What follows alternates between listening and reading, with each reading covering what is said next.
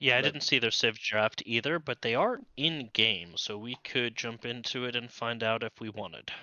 yeah, I guess we'll find out that way.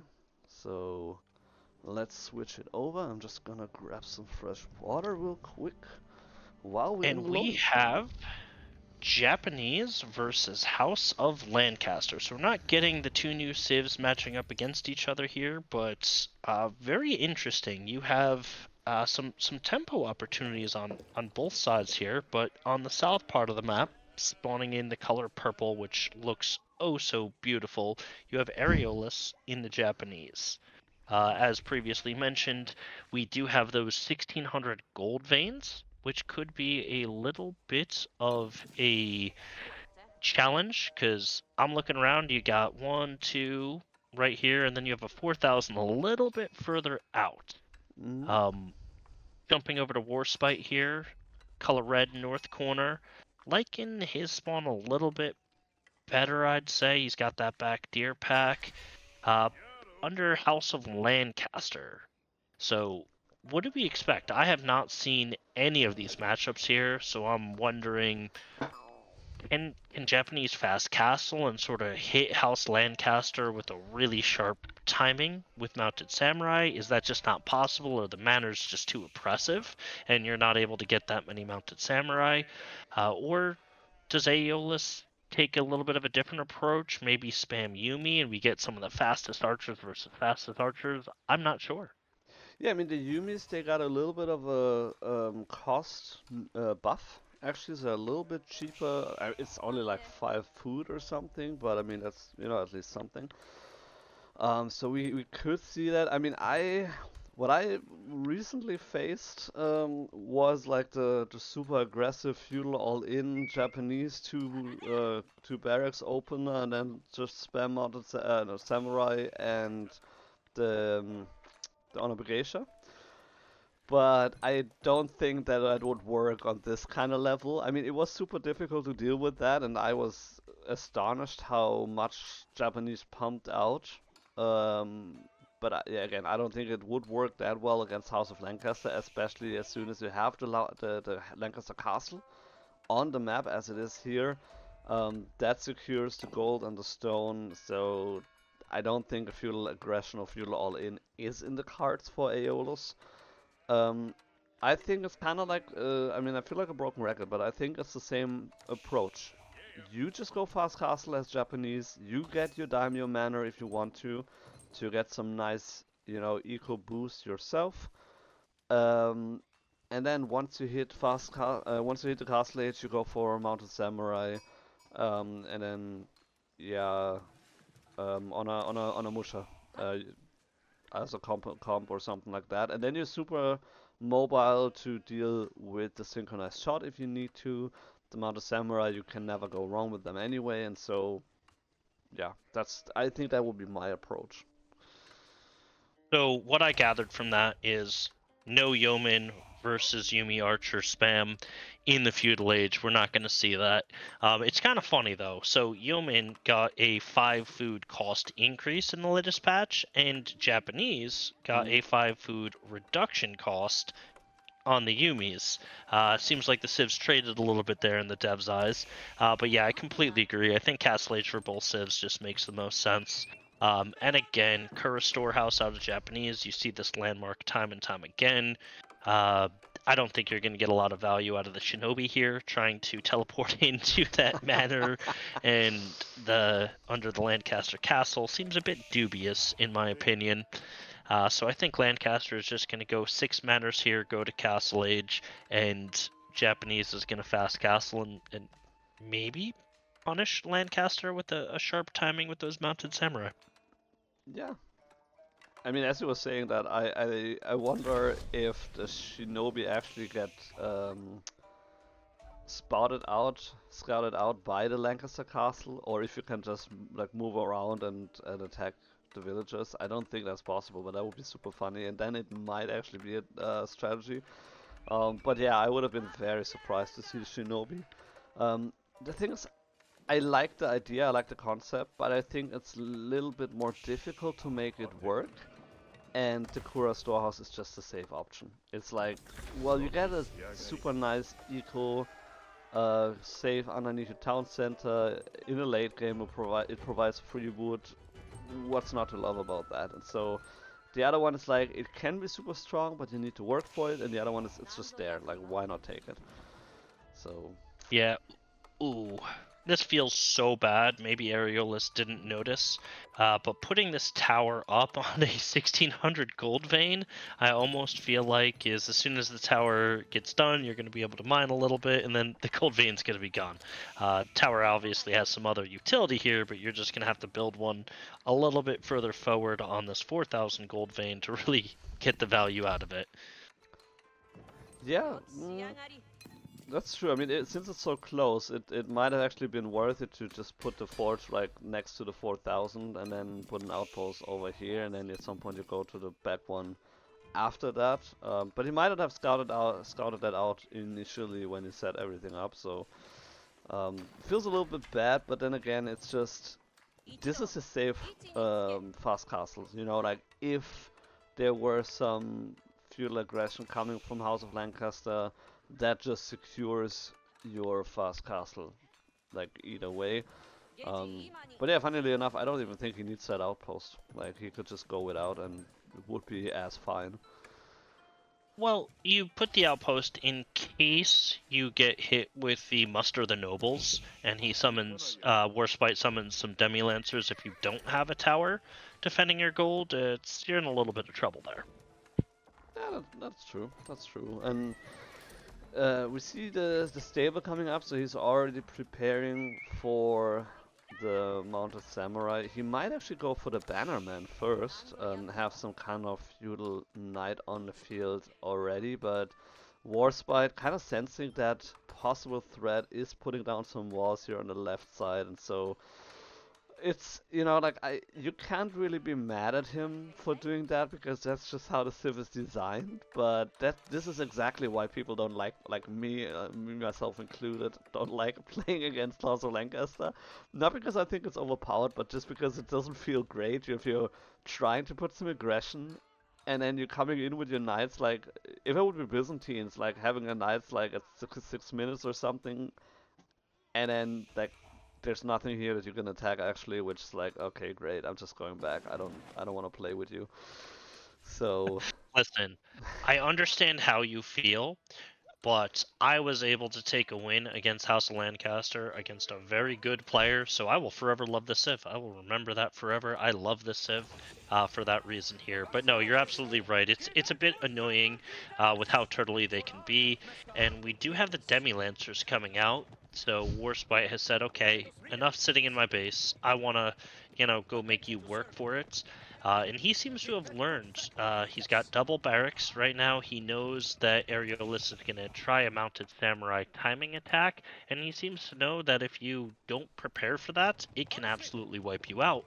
And reset you back to 15 villagers here, because House Lancaster looks nice, but the doors aren't open. Nobody can hide inside. yeah, they're very elitist about themselves, and they don't let peasants in their castle, which is a bummer, but that's just how it is. And the Demi-Lancers, they don't do a whole lot of damage, but they will actually find a little bit of damage here. And also, you know, push the villagers off, creates a little bit of idle time, just as the castle age hits.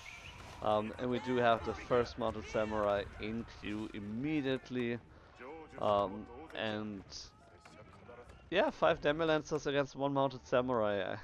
Guess what? That doesn't feel too great for the Demi-Lancers. Yeah, so Demi-Lancers are a weird unit for me. They kind of feel like that high school bully. They look big, they look menacing, they look mean, but the reality is they really aren't. No. They have 8 damage. They attack at, 1.5 speed, same as a knight. They're just bullies. And as soon as you fight back against them, you find out that they're not really that strong.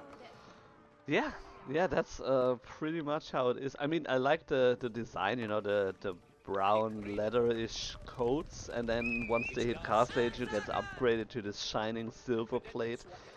I mean, not silver, obviously, it's metal, but it looks like silverish.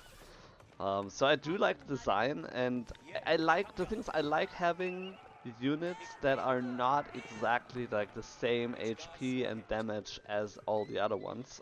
It makes it a little bit more difficult to learn the game in depth. Like, that is true. So I know that some people don't like these kind of unique units just for that reason. But I do like having something like this on. And like the Hobolas, for example, is the same thing. It's like, why have the standard horseman? Just have something unique. It's a unique civ, it's a unique variant. Have something fresh, have something new. Why not? And so I do like the design.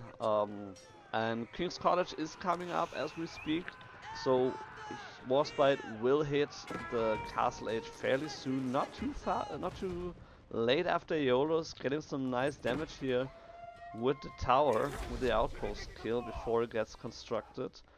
And yeah, Warsp1te completely walled in. And to my earlier point, like I won most of my games against Lancaster. Like, and the ones I lost, I was like, I should have won this. I just made like one stupid mistake or whatever.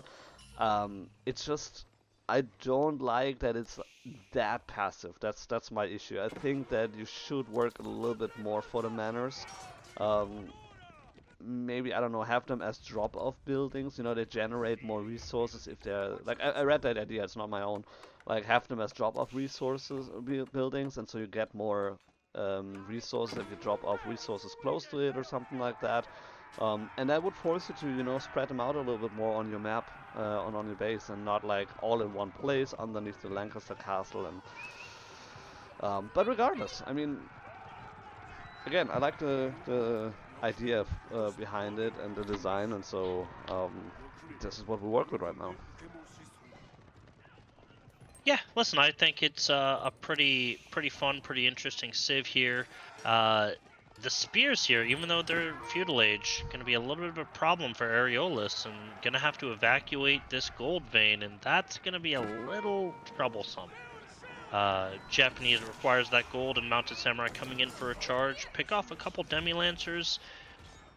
Take out, looks like one Spearman or a couple Demi-Lancers there. And you have a Shinto priest, maybe a Wololo coming. Might try to bait them in and catch them with the Wololo.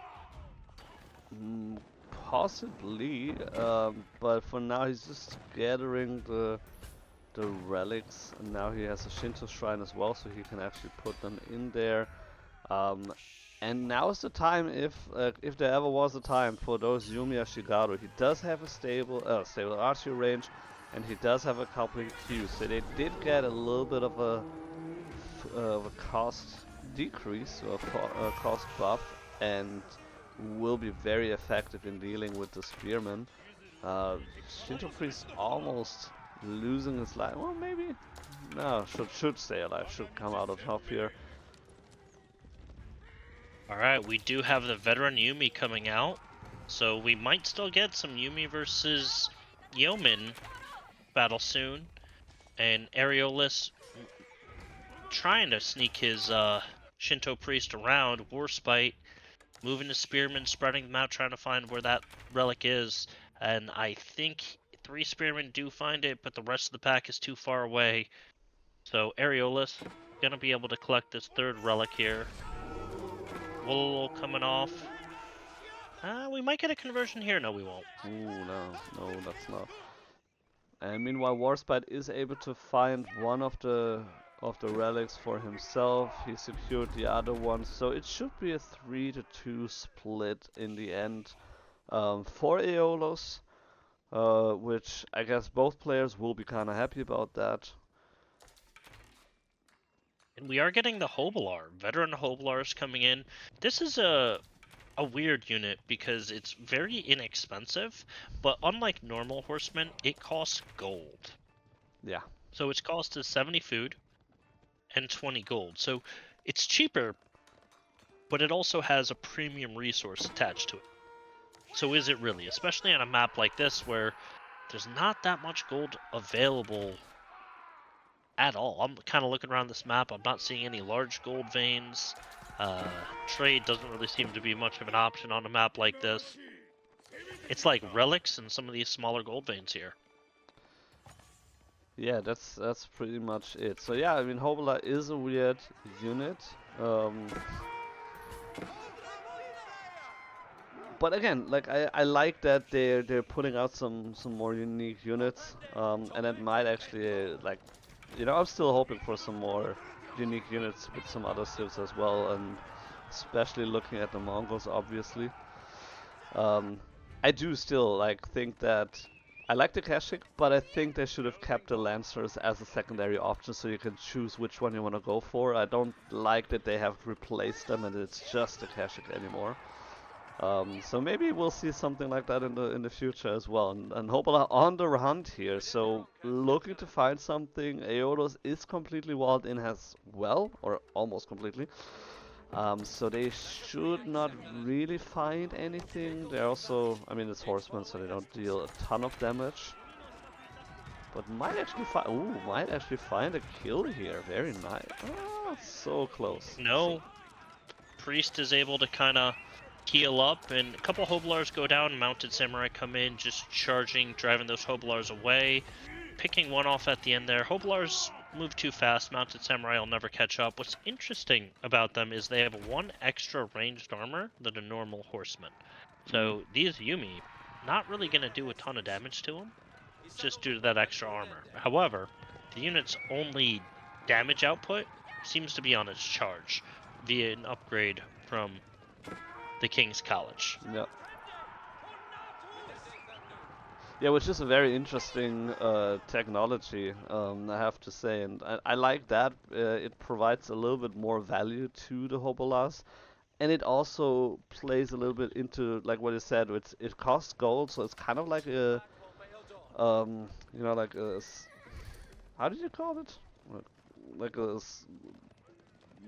deluxe Premium resource? premium. That was, oh man, that was it. Yeah, it's a premium unit, a premium resource in a sense. But having a you know, improved charge and also the production speed being buffed by, you know, 100%, so twice as fast, kind of makes sense then, because then you actually are incentivized to go for them, because they are like, you know, you run around, you charge something, you kill it immediately, and then you just run away again. And that's why we saw that the villager earlier on almost lost its life because of the charge damage. So I actually like the design, even though it is a weird unit. But yeah, a good weird one, you know? Yep. Hobolars turn around, they get their charge trying to pick off. They get the one mounted samurai, but a couple Hobolars go down. So close to an even trade there between the two players. Spearmen, crossbowmen coming over. These mounted samurai better turn tail and run, and they do just in the nick of time. Those spears were nice and sharp, and crossbows would have made quick work of that. Ooh, we do have a nice army of Aeolus coming and flanking from the north side, so Hobola's a little bit in a pickle. If they move into the middle here, they will lose their life, and Mounted Samurai on top of them. They're trying to breach through. The only way is forward, apparently. Meanwhile, the rest of Warsp1te's army is not interested in joining the fight, so it's just a little bit of a distraction. Maybe get a lucky pick here and there, but shouldn't be a huge issue for Aeolus, for at least for now. Yeah, it looks like Warsp1te is going to start trying to cap some sacred sites here. Shinto Priest is sacrificing himself on the sacred site to just delay Warsp1te's capture, and down he goes, poked to death. And these Hobolars, they're a fairly effective raiding unit. They're super annoying because of how quickly they move and their charge damage, but finally get cornered. Mounted Samurai are going to take them out real quick, and at the front here you have Aeolus pushing in, and that's a lot of Yumi. That's a Warsp1te's forced to evacuate his only gold source, and this is bad. Aeolus is on top of the production. I think Warsp1te has to fight here. Spearmen coming out. We have some yeomen, we have some crossbowmen. But it's gonna be enough. So the issue with the Mounted Samurai is that even though you have the perfect comp to counter them with the spearmen crossbows, because of the deflective armor, it's still super difficult to get them down. And then they're also buffed by the Uma Bannerman on top of that, and so it's kind of like, yeah, just super difficult to deal with them. You have the Yumi mass behind, just making sure that there's not that the spearmen and the crossbows don't survive for too long. Mangonel on the run here, barely making it alive, away. What am I looking for? I don't know. Oh! That was a shot, but no, it's coming back in, and Mounted Samurai are waiting for it. Down Yeah. it goes. Second got shot would one. have been so nice here, and also the synchronized shot here would be super strong, but there's a certain cooldown. Actually, yeah, you need to research it first, which he hasn't done. He doesn't have to go. Well, doesn't have to go for that. So, no synchronized shot for now. Camp to go production here is always very valuable, and that's the issue that House of Lancaster can run in. Like, their food income is cool, and they have a little bit of a wood income as well, but they lack the gold income unless you have the map control to get to the gold vein. But is able to push away Aeolus for now. And over on the east side, Warsp1te knows that gold is a huge, huge issue. You have a keep coming up on a 4,000 gold vein. At the same time, you have next door Aeolus's villagers coming out to gather probably berries and boar and deer there. And when that keep comes up, it's not going to be within range. Actually, if they go for some of those deer, it will be.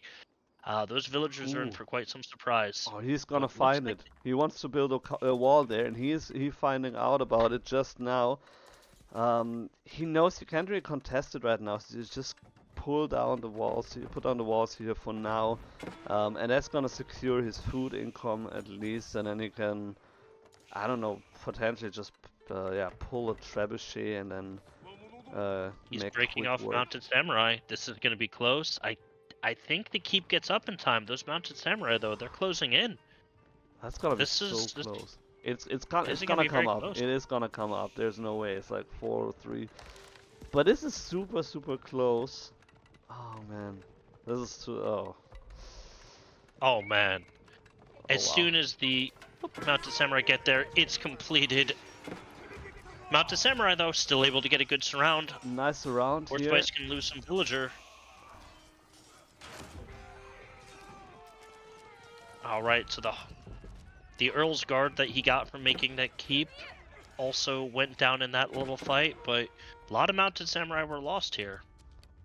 Yeah, and he only killed 2 villagers in that little skirmish, I believe, and so was it worth it in a sense? Yeah, but that was a little bit unfortunate. If he would have been there like 5 seconds earlier, it could have been a different story actually. Yeoman versus Yumi. Mounted Samurai on their way back to reinforce these spears. Only going to serve as arrow sponges based upon Warsp1te's current comp of mass yeoman. And I'm wondering when we're going to see the Shire Levy get called. That's going to be a huge tempo swing. Probably when he gets 3 more manors, I'd guess. One Mounted Samurai gets a little close, almost goes down. Yeoman might have overextended. Horseman and Mounted Samurai in pursuit. Yeoman running away. Backline firing. And now crossbows on the backside of the wall, and Aeolus must pull back. Yeoman just baited Aeolus' forces into a trap right there. Yeah, and Aeolus doesn't... I don't know if he has the numbers right now. It feels like he has a lot of units, but most of them are Yumi, and the issue is they are a lot weaker than regular archers, and so they don't really count as one unit in a sense. I mean, it's not super much weaker, but a little bit at least. So. Ooh, this looks like a bad fight for Aeolus. There's too many crossbows and yeomen from Warsp1te. Aeolus needs to swap his comp up here, but now for the first time sort of on the defense over here. Unfortunately, that keep I mentioned earlier took out a couple villagers there as they wandered on that food and got a little too close to the keep. Yeah. Yeah, and so the issue with the Yumi is also, I mean, you kind of want to go onto the Yeoman, but as long as the synchronized shot ability is ready, you can't really group together. Now he has the option to push a little bit forward because of the synchronized shot being on cooldown right now.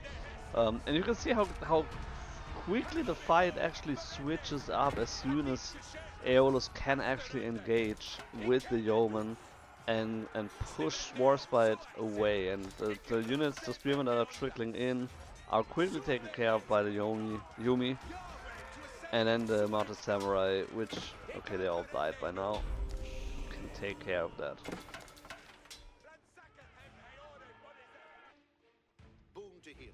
So both players fighting to a little bit of a standstill here. I wonder if Aeolus is going to turn his attention over to this keep. You have a trebuchet just slowly working on it, so Warsp1te's 5 villagers that were gathering gold are now stuck kind of repairing. So he's not going to be able to get value from that gold, but he's still got 1,000 gold left in his gold vein right around his base. But after that, ooh, synchronized shot comes in, and they were unknowing about that. Just arrows came raining down on them. Yeah, I mean, I gotta say, I like the update to the synchronized shot. Gives you a few more options, and oh no, villagers running for their dear lives. But these are Japanese villagers, so they're pretty quick. They're faster than Yeoman at 138. Yeoman move at 131. So they're able to escape. And meanwhile, Warsp1te running out of stone, so he cannot keep repairing, keep repairing the keep. And so the trebuchet eventually will torch it down. At the same time, the ram is destroying parts of the wall, so Warsp1te could try and move in there. But for now, fighting in the middle here, slightly missing with the synchronized shot here. But looking strong in terms of numbers here, and Aeolus switched mostly into Samurai, has only a couple mounted Samurai to try and get on top of the Yeoman, but it's just 2 mounted Samurai and the rest is just stuck here in the front line and basically just meat shields hammering away Samurai against Earl's guards. Which I think this samurai switch caught Warsp1te a little bit off guard. Yeoman not doing the best. They're going to be able to kite these to death, but there are plenty of Yumis that are going to exact revenge. And more samurai coming to reinforce with more Yumis, and I think Aeolus is going to clean this up. yeah, should be able to clean it up, but then there's the keep as well, so that is gonna put a stop here to Aeolus' attack. By the way, I was just admiring, you know, the visual aesthetics of those units. I don't think it's historically accurate. I'm pretty sure they never met in real life, but they just look so nice. I mean, the samurai with their design, with their unit design, is just looking so nice. And then of course the House of Lancaster also having some nice visuals with the Earl's guards. And House of Lancaster is finally getting their knights on the field here, and these knights are particularly good if he has the upgrade, which he does. So they have +6 damage against heavy. Aeolus is going to have to start adding in some spears or something else to counter these knights. And with the hole in the back here, these knights are wheeling around. They're going to go look for raid damage. And there's 7 villagers there on a boar that are looking mighty juicy. And only 5 of them can garrison in the tower. So it's like a really messed up game of musical chairs. A very messed up game. Luckily for Aeolus, they're just attacking the outposts instead of the villagers, so they actually make it out alive. He could probably de-garrison those 5 villagers and they would all make it out alive, so a little bit of an oversight here at first by Warsp1te, but it's still, I don't know, still kind of works in favor for him eventually. Is able to clear this outpost and then put out some walls himself, and that further restricts Aeolus in his base. If you're looking at the map, it's like Aeolus has this 1/4 of the map and anything else basically belongs to Warsp1te. He is, yeah, reigning supreme on this map. He is having the map control, so he secured the remaining gold veins. Gold is an issue on this map. It's not the first time we've seen this map today, and it always seems to be like the bottleneck, which I like because it, you know, forces you to secure the map control. And I also don't really like maps where it's like infinite gold because you're trading and both players are trading and there's like 50,000 gold that everybody gathered. So it makes for an interesting map. Yeah, Warsp1te doing a good job with securing this very valuable and very finite resource. Ooh, Knights diving on top of the Mangonel here, and they're able to take it out, and that was a huge pickup for Warsp1te here. And I'm starting to wonder, are both players thinking Imperial while they still have some gold on the map? No, they can't be. No. No. Warsp1te is reinvesting in. I'm just looking at the food that Aeolus has and, you know, thinking that might be a possibility. On the east side, you do have a Mangonel versus some villagers here. That's going to get pretty ugly. Fight in the middle. It's a little bit of a grind here. Warsp1te slowly coming out on top because these knights are just shredding right through the mounted samurai, and Aeolus forced to back off. Villagers on the east side pulled to take out a Mangonel. That was fairly rude. That was rude, yeah. Well, Aeolus' issue also is he can't really engage with the yeoman, and he constantly has to live with the threat of the synchronized shot. We'll just see it in probably a couple seconds, and that could kill all of those Yumi basically in an instant. And so this is very difficult to deal with, and we see he's just bleeding out of units. He's still floating a lot of resources, so it definitely still kind of looks like he's hoping for Imperial Age, which I don't even think that going Imperial Age on this map is really desirable in a way, because great, you hit Imperial Age, but then you don't have any gold left, so it doesn't really help you, and you might as well just, you know, produce like 10 more units that you otherwise can't. And Warsp1te looking very strong in this current position, camping the production, camping the eco, disrupting the income that Japanese has. The Daimyo Manor is or the Shogunate Castle even in this case, very difficult to run into that. But that's why traps got invented, and so he can just snipe a camp here and make sure that there's no spearmen really leaving alive. And then his life should be okay. Yeah, that night switch was so devastating. I think it caught Aeolus off guard a little bit. Warsp1te seems to have kind of had his fill for the time being of trying to take a battle under the Shogunate Castle without a true answer for it. Mangonel's going to continue. Ooh, just going to continue firing into the farms, sort of just making them useless, taking a couple out, getting value where he can. And over on the west side, it looks like the last of Aeolus' gold has been denied here, and we have a Windguard Palace coming in from Warsp1te. I think Aeolus might call it after this. Yeah, that actually could very well be, and so Warsp1te was denying this gold for a couple minutes now. That's why I said that he basically took control of all the remaining gold. He does have the one on the right side, which is almost depleted.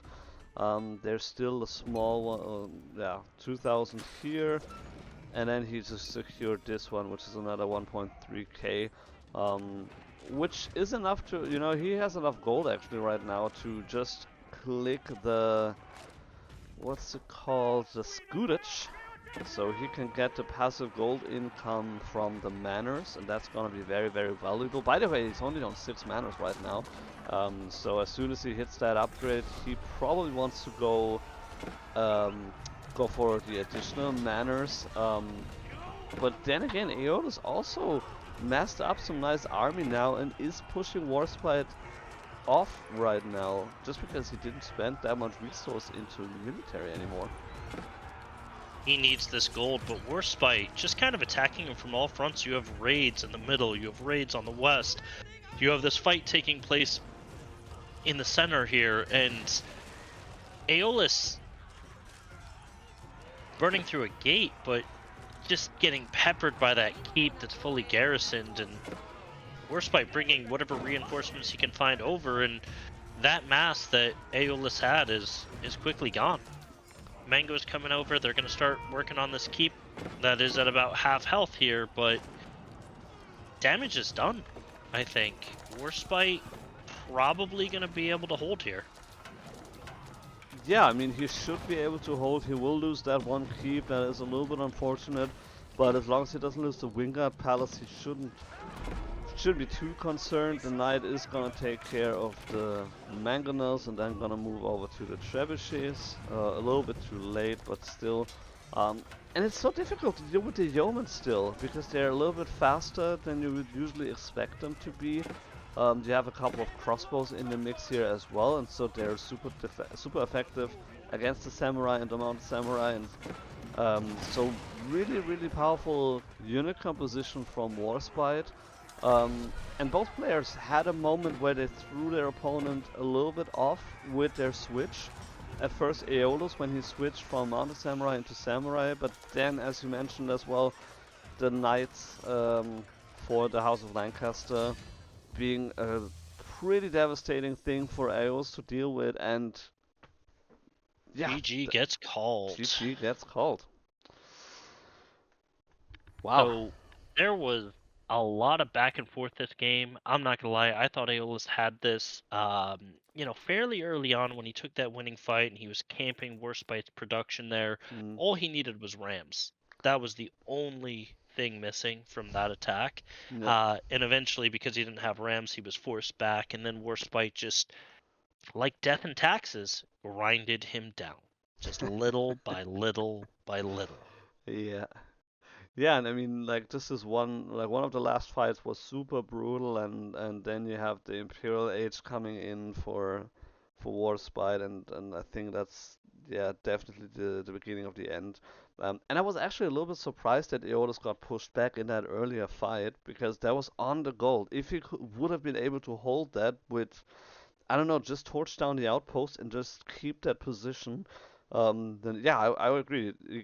It looked like he had it, but Warsp1te was able to push him back and then slowly but surely grind him down, as you so eloquently put it.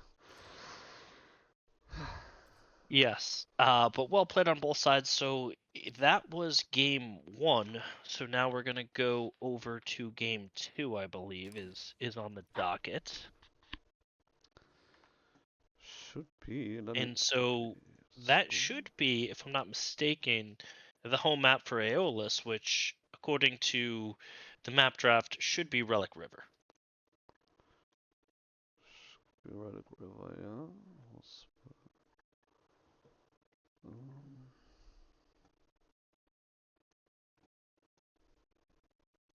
But House of Lancaster versus Japan, that was my first time seeing that, and it did not disappoint.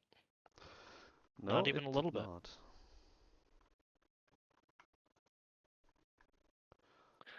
So if we are going to Relic River, I kind of feel like Aeolus is going to pull out Knights Templar here. Relic River feels so well suited for that civ, as long as they don't have Delhi on the other side of them. Let me see if we can. Let's see if they have the game up yet. I want to take a look at that. They should. So they are in game. They made it observable. It is on Relic River. But they did not. I do not see the civ drafts. So I Yeah, think the only I don't way see we're that gonna either.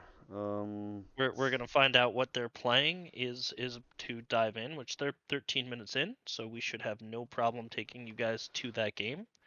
And I'm gonna go KT Ayyubids on this map, or KT Biz. Warsp1te's gonna go with Biz. That's my guess. But we will find out in a second. Okay. Oh, Yeah, I would say okay, Katie Giant. KT Chinese or KT Ayyubids would have been my guess. But we're gonna find out. Oh, okay. Actually, I didn't. I I had it didn't. right the first time. Yeah, yeah. Well, I mean, well, there we have it. Okay, so okay? I just learned that hotkey again, how to flip the players here because that was super annoying. Also, why don't I have the? There it is, the live game. So we want to switch that over here. So swap in game. Now it should be correct. There you go. Alright, so Aeolus playing the Knights Templar in green on the left side against Warsp1te in red with the Ayyubids. Immediately going on to the berries. So unless one of the earlier games that we've seen where Ayyubids didn't go on the berries immediately and then started with the growth wing, my guess is we're not gonna see the growth wing this time. But instead, probably I would say military wing, just to prevent the pilgrims. This will be the second time we've seen this matchup on this map. I think Ayyubids this time goes culture wings into 2 dervishes into a amount of desert raiders to deny the pilgrims into a fast castle into camel lancers is how I predict it's going to be played. And Aeolus with Knights Templar, we see the dock opening. KT is so good at this. It does slow down their age up timing just a little bit, but due to how Knights Templar ages up, they're still going to have an age up timing that's close to the Ayyubids. Yeah. Yeah, definitely. And I mean, it's kind of like a long-term investment, or at least mid-term investment. Like, yes, it slows down your age up for the feudal age a little bit, but from that point on, for the next, I don't know, like 10 minutes maybe, it'll be a very, very nice buff for you. I would like to take back my previous comments looking at Warsp1te's division of villagers on berries. Makes me think that we're going to get eco wing here. So Yeah. we might have a exact replay up until like the first 10 minutes as the first game. We saw this on this map. Yeah, but we're not. So it is gonna be the reinforcement wing regardless. So maybe he had that split like either just because of muscle memory, which I could imagine with players like that, or it's just to keep that option open, because I mean you don't really lose anything by doing it that way, but you definitely keep that option open if you want to go for that.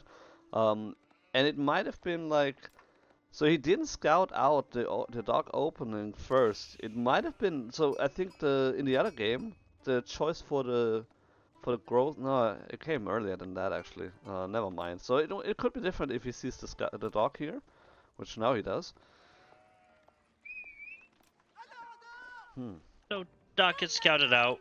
Shouldn't really surprise Aeolus though. I do wonder if we're going to see those villagers pulled off the berry bush before it's depleted. Probably not, but not that big of a deal. I do expect economic wing for Castle Age or Dervis wing, and we have again Kingdom of France coming through, and the age up timing for Knights Templar is so crazy. They opened on dock, they invested, and they're still gonna age up within 5 seconds of Ayyubids. Yeah. That is just mind-boggling to me. That yeah. is well, I mean, the reason is they don't build a landmark, you know, and so that's why like it clearly doesn't take like 5 minutes to research that, and so it is like 1 minute or so. So it is actually a lot faster than what Ayyubids or Abbasid age up timing is. But yeah, so we're gonna get knights just like last game. I don't think the Confieres, which is what I expect to come out, are gonna perform so well against these desert raiders. Desert raiders trade very well into normal knights. They should trade even better into these Confieres. And I hope I'm pronouncing that correctly. I've said it many times. The FE devs were kind of like casters. Let's make their lives difficult with all of these really cool names that us simpleton Americans will not be able to pronounce. Yeah, so it actually is Chevalier Confrère. So Chevalier is like cavalry. You know, it's like just says that it's a horse, a rider basically. And confrère, like frère means brother. I don't know if that has anything to do with Templar brother, but it kind of alludes, I think, to. I mean, okay, there's an accent that would miss here on the frère, so I don't know if it has anything to do with brother, but it could be. That's at least my guess, that it has something to do with brother, which brotherhood, you know, I don't know, cavalry brother, or I have no idea. I'm just One I'm making village. shit up basically, but it does like frère is brother in French, that's for sure. So that's at least something. So we had one villager come down, some great micro from Warsp1te to pick off a villager on Aeolus's gold there. So we do have a standard comp here. I wonder if we could just have a ton of feudal aggression right now coming out of Aeolus. Knights Templar is really powerful in the feudal age, especially on this dock opening. They're going to get some gold from the one pilgrim that's slowly making his way over. Man, these guys walk really slow here. And They do, yeah. you have a ram coming down from Warsp1te, going to try to end this dock, but a galley's coming out. This dock, this sacred site, real quickly going to be a very early point of contention between these two players. Ooh, I love that. Like both players, they walk up and shows violence. And if it were not for the galley, that would definitely be a different story here. The ram will take down the dock. I mean, he could pull villages, but there's nothing on here. But the galley at least will be able to defend against the desert raiders. So interesting, very interesting to fight on this point. Like, you know, I want to say point of interest, but I can't really use that term because like that's in the game now. So there are points of interest in some maps. Alright, Aeolus is rushing reinforcements over. You have two confreres. I'm never going to be able to pronounce that correctly. And archers moving over. Ram is going to get turned away here. Likely going to go down here. The confreres are just, yeah, going to keep tackling it. And these archers here just make it so the desert raiders can't really engage. And Aeolus able to take a good advantage there by taking that ram down. Yeah, I mean it's not as big of an investment for Ayyubids since they can just you know, produce siege on the field without, you know, blacksmith and siege engineering and all that. But it's still 200 wood, so that's nice. And he's, like, more importantly, he saved the dock, so he is still going strong. He didn't really invest super heavily into this. The galley will be important at some point anyway. It will defend the stone even. So nice to have it either way. And we'll see another little bit of a little fight here coming in. The confrere and the archers getting toe to toe with the desert raiders. Yeah, and look at the unit placement from Aeolus right there. The desert raiders are actually attacking the archers, and the confreres moved behind the archers. So they still were able to attack, but the archers were taking the damage, so there was no bonus damage being dealt. And this forces Warsp1te to continue to invest into more military. You can tell that he wants to go Castle Age because of the outpost on his golds and the walls. He kind of wants to be left alone here. So he now has to reinvest, and that's a problem for him. That's going to slow him down. Okay, so I was curious, and I actually googled what confrere means, and it actually means something like colleague or, yeah. Colleague, right? That is a very fitting name. That is my colleague. Yeah, that's your chevalier colleague. Hi there. Nice little raid from Warsp1te on the gold before Aeolus can get that tower up. Two villagers going down, and Aeolus is like, you know what? That's fine with me. I see your desert raiders on my side of the base. I know that's all you have. I'm going to your house, and I'm going to create a mess over there. Good luck. Yeah, Warsp1te able to pick up the reinforcements, though, so some good value there.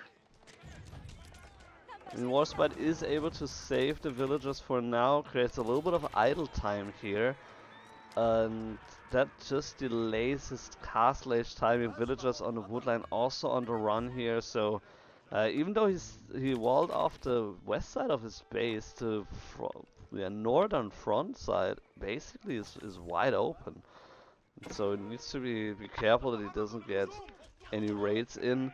Desert Raiders picking off the Pilgrim here, so that is gonna be very valuable, but that just might create the whack-a-mole game that I was talking about, that Aeolus could just pick a different sacred side and then the Pilgrims just go somewhere else and they don't really mind. Meanwhile, the big fight here, or had the potential to be a big fight here in the wood line, camping the stable now, so a little bit just barely outside of the town center here for Warsp1te. Um, and Warsp1te is a little bit in trouble here. If he loses the stable, that's not gonna be so good for him. I would love to see one ram from Aeolus right now. Mm. Archers taking on these Desert Raiders never feels good for Desert Raiders. Seems like Aeolus kind of wants to go. Oh no, another Pilgrim getting picked off, and just like Whack-A-Mole, he changed the sacred site they're going to. Yeah, but Warsp1te was aware of that. He actually found that one, so very good.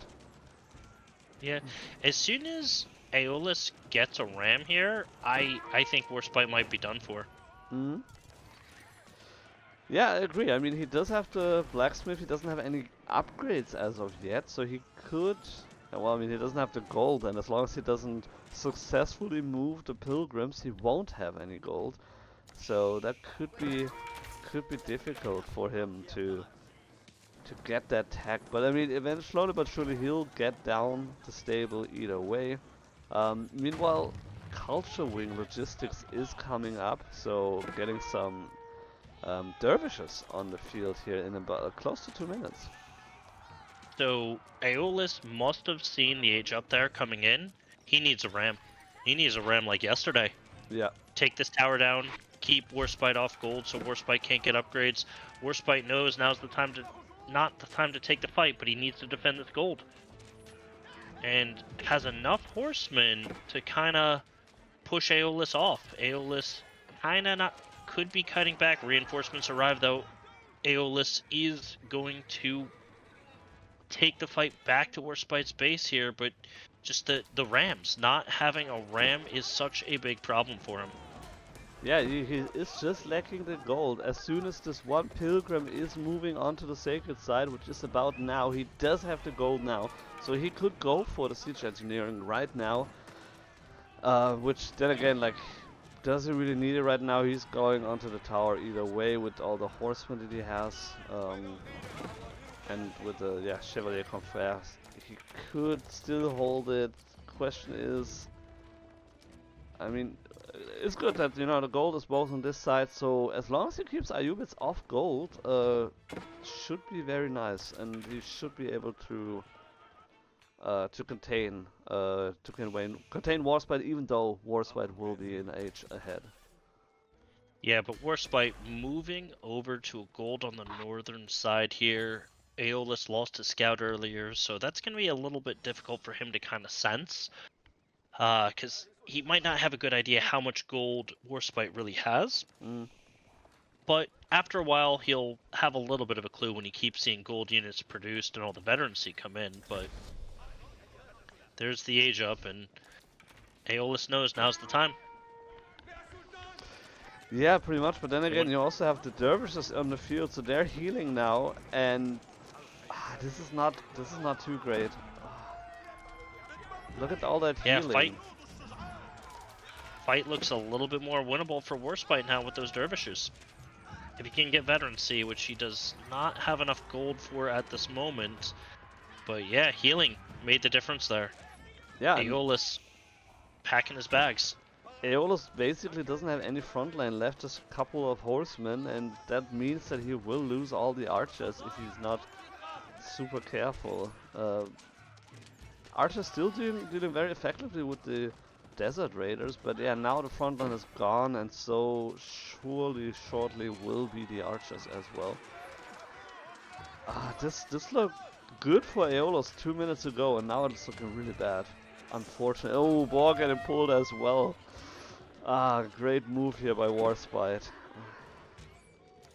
Yep, he's gonna have to just kind of run away from the boar, but boars are pretty pissed off, angry. Wool coming in.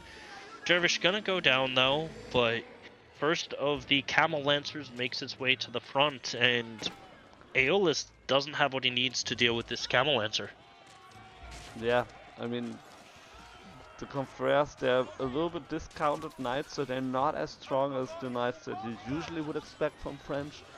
And then you have a couple of horsemen which also don't do super great, and there it is. Ah, unfortunate. It could have gone a lot better for Aeolus. But it's just so small decisions sometimes, you know. It's like, do I take the fight now or not? Do I go for ramps now or not? Um, and unfortunately, Warsp1te was able to win it just by reaching Castle Age, some free units with the Desert Raiders, and yeah, The dervishes, man, the the amount of healing Dervishes. they brought in with 3 dervishes, because that was the Castle Age upgrade instead of the usual 2 that you see, really just out-healed all the archer damage on those Desert Raiders. Yep. That was just Yeah, great that timing for was Warsp1te. that was hard to watch. I mean, yeah, the Dervishes, they're super strong units, and it's kind of like, do I heal? Do I focus them? Do I heal? Like, it's if you have enough There's archers, you can snipe them, but other than that, it's kind of like it just hate like it just feels bad to fight against them, and not like being cut off from gold for that long meant that he basically ran out of units that he could produce, and then one super bad fight, and that's it. Yeah, listen, sometimes these games they hang on a knife's edge, and Warsp1te was just able to get those little things to snowball his way.